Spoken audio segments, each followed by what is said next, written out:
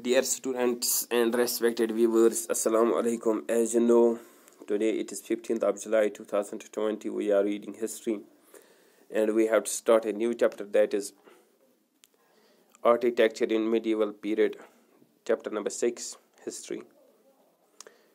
Before this we talked about the Delhi Sultanate, then we talked about the regional kingdoms as well as the great Mughal Empire, Mughals. All the three chapters, they were dealing with the medieval period. That means either we talked about the Hindu kings or of the Muslim empire, that is Mughal Empire, but all had come in the medieval period, and after the complete fall of Mughal Empire, we have seen we will talk about the new empire, that is a British rule in India.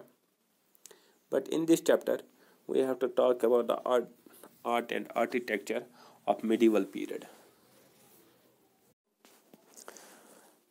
Architecture in medieval period. In this chapter, first of all, let us have an introduction about this chapter. In this chapter, we will discuss about the different monumental buildings of the medieval period. Like these buildings are of two types, like as religious as well as secular buildings. When we are talking about the temples, mosques, they are of regional nature, religious nature. When we are talking about the forts, valleys, tombs, palaces, tanks, etc., they are of secular nature. Secular building, they are of in secular nature. That means we have to talk about the different buildings that have been built by the medieval kings in the medieval period. Why they have been built, what is the reason, and what is the outcome of those buildings which were built by the medieval kings, and how they have put an impression on the next generation. We will talk about that in this chapter. Now the first question which comes into our mind when we are talking about the architecture, then we have a question in our mind: what is the purpose of architecture in the medieval period? What is the reason that they have built such kind of large buildings at that time? What was the reason? Either we will talk of the regional kingdoms, or we will talk about the Delhi Sultan, we will talk about the Mughal Empire. All the three empires have built the different buildings, different monuments for the different purposes. And in this chapter, we will talk about those purposes. In our discussion, we will talk about those purposes. First of all, what was the purpose of building so many mosques, temples, monuments, forts, etc.? Answer is very simple. These buildings depicted the power of the rulers. For example, when we are looking around us, or in India, in other states of India, then we are seeing that big buildings in the form of mosques, in the form of temples, in the form of forts, tanks, that have been built by the different kings at the different times, but in a particular period, that is medieval period, that depicted the power of the kings. For example, when we are looking at the Taj Mahal or Red Fort or any tomb or any mosque, it is very easy for us to understand how much powerful the king at that time was. Buildings like sarais, valleys, tanks, etc. These, when we are talking about all of this, then we came to know that what kind of king he was about his subjects. That means if such buildings were built by the king, then we can say that he was in a welfare nature towards his subjects. Buildings like sarais, valleys, tanks show the work done by the kings for the welfare of their subjects. This also shows the thinking of the ruler about his state and its people. That means if, for example, we are talking about the Taimur, he has not done such a work in India. That means he was not in the favor of the people. He was not in the favor of welfare of the people. But when we are talking about the other kings, whether they are Muslims or the Hindus, but they have built such things, that means they were also thinking about the welfare of the people. Now when we are talking about the purposes of architecture in the medieval period, then we talked about the mosques, temples, as well as valles, sarais. Now the monuments. Monuments were also built to celebrate the victories of the kings in the wars. For example, when any king won a war, won a battle against the another king, he used to build the monuments in the memory of his war, in the memory of his win. Right? For example, even in the modern times, we have seen various gates, various buildings in the name of different soldiers, different martyrs in India, which have been built in their name and fame, which have those people who have lost their lives in the different wars at different times in India after their independence. We have seen different buildings in their name. Presently, for example, there are hospitals in the name of Patel, Gandhiji, and other people. This shows their struggle they have done for the nation. And now when we are talking about the mosques, temples, this shows the love of the kings towards the god. The purpose was also to impress the coming eras. For example, when we are talking about these monuments that had also shown us, they are also giving us a kind of information that these were very much powerful, and not only this, that also give us an impression, that also put an impression on our mindset. These buildings today depict the power, position, and wealth of that era also. That means when we are talking about these monuments, we are easily to grasp it that these people, these kings, were rich in wealth, their economy was good. That is why they were able to build such monuments or buildings.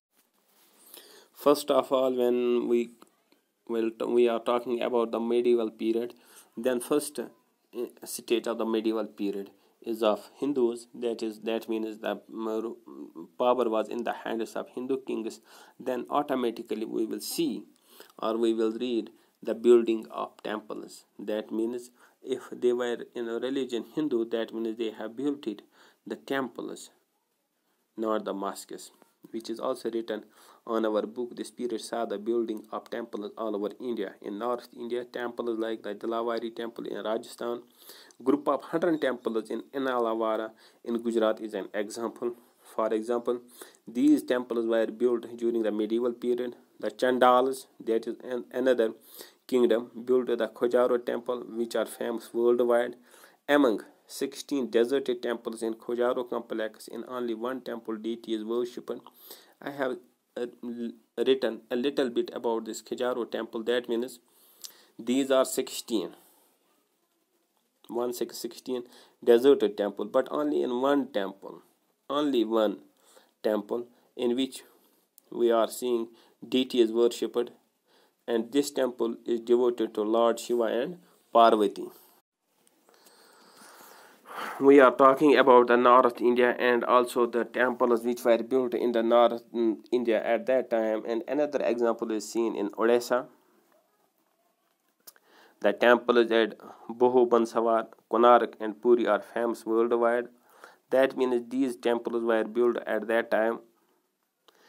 Not only this, if we are talking about the North India, but South India has not remained out of the touch. You will not get confused about this, that we are only talking about the North India. That means temples or other things have been built in North India only. No, but when we are talking about the whole India, then South India has not remained aloof, but there have been also the other monuments or the buildings which have been built by the people, by the kings at that time. And one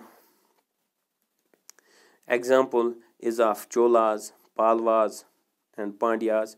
These people, these kingdoms of southern part of India have built different temples at that time. In South India, temples are equally grand and splendid architecture can be seen. That means there in southern part of India, like as Kerala, Karnataka, Tamil Nadu, in these parts of India we are also seeing such splendid architecture. The Palwas, this was a kingdom, that is the kingdom of Palas, Pandavas, and the Cholas. left the impression of their temple building love in the form of some splendid temples with marvelous architecture. The Pallava architecture presented the expertise in rock cut temples at Mahabalapuram. Now, very easy to understand, these were the three kingdoms, as you may have read in class 6th also about these kingdoms, the Cholas, the Palwas, the Pandyas, and the Charsis. All about them you may have read in class 6th. No need to have a further discussion on these kingdoms, but the discussion is on their art and architecture here in our class 7th. We have to talk about that. The Palwas, they were great, or they were experienced in rock cutting, and that expertise, that experience they have shown in their temple buildings. They have built their temples in rock cutting. That means if at the present moment we are looking at the paneling of wood in our homes as well as in the masjids, that means we people or our carpenters have an experience in paneling, in wood paneling. That means the Palwas or the people of Palwas subject, they were also experienced in rock cutting, right? And that rock cutting is presented in the temples which they have built at the different places. For example, they have built the Kali San temple at the Kanchapuram, is a magnificent example of the temple complex with the towers, sanctuary, and mandapa. Now, as we talked about the Palwas, we will also talk about the Chola temple architecture. Depicts the zenith of the art of the building temples. During the Chola period, the temples were centers of all activities. What does it mean and show? That if they were building or they were spending such a lot of money or economy on the building of temples, but these temples were not limited only to the worship, as we are looking in today's world, in today's India, that the temples have been limited only to the worship of the different gods and goddesses. But at that time, especially in the Chola Empire, it was not limited to the worship only, but different activities. These temples have become the centers of all activities. For example, all festivals celebrated collectively. Art of music and dance found patronage in temples. That means it has got its birth in the temples. Art, that means dance, music, all these things have got birth in the temples. Not only this, temples were granted land and financial aids to pay salaries to the people working in temples.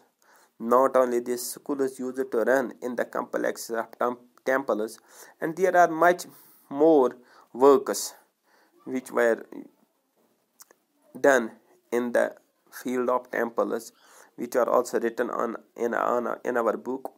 This shows that the temples were not only the place of worship, but they were the places of different activities and different arts which were performed at that time, which were done by the people at that time under the patronage of the temple, but under the patronage of the king also, who was giving his financial aid to the temples to perform such activities to the people.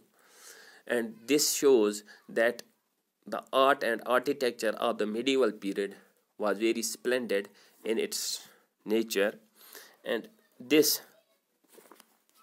has given also an impression, has left an impression to the worldwide as well as to the other religions of India.